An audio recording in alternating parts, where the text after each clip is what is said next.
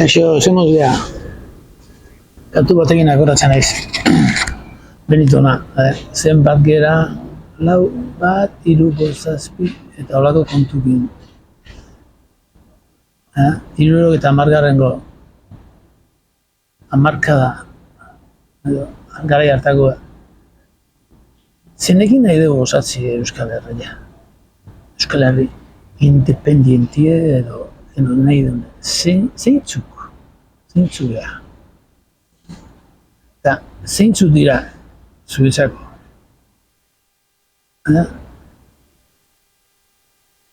Eta zenek eman gaitu bide horretan. Zeintzuk. Ze politiko eman gaitu bide horretan. Elkarren artin potxigu bete eta beste dana izurratzen ari dina, benetan, esan da. Danak askatasunen alde daudela esaten eta ze izen da azkenengo 4 urte, 2008ko hartan gertatu zana. 2008 hartan sartu ziguten gezurre eta bildurre danai, behaiei bere buruire bai. Ezin izango zan sartu ezkirra esatean, ezkirtzat, ezkirra bertzalea eta la izquierda de España, bezala dauden horiek espazuten zuzendu. Ezin izango zan egin.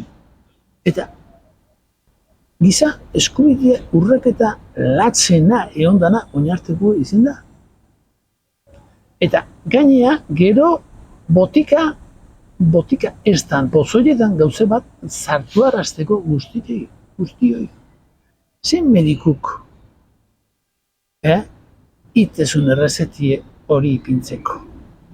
Zenei, galde aldezu zenei. Gauze batzuk bihurtzi nabarmenak eta ezin ikusite otea bat, ez danen jabetzen zertan dabilen ere. Eta hausi gertatzeko euskaldunei.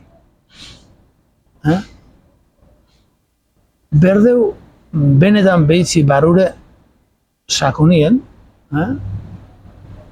aberaz berri lotxabe batzuk bihurtuta daude, txorakeietako diruek banatzen eta benetako jakintzie baztertutak egu, eta pentsatzen dugu honekin, geu gaina buru jarriko tegean, eskerrekoek ia ez, bilduk ia eta du, parekatu inda, PNV-ekin ez, eta zen egin doa, eta zertako, zer dugu ikusten dana faltsukeri baten oinarritute da hola.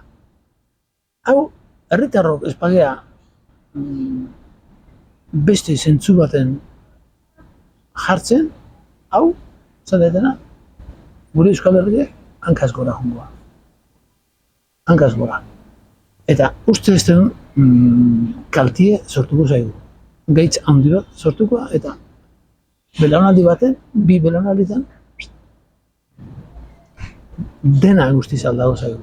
Kanpokue nagusi jarrekoa, gaur egunin etxeku daude kanpokuei nagusitza ematen, osea egile.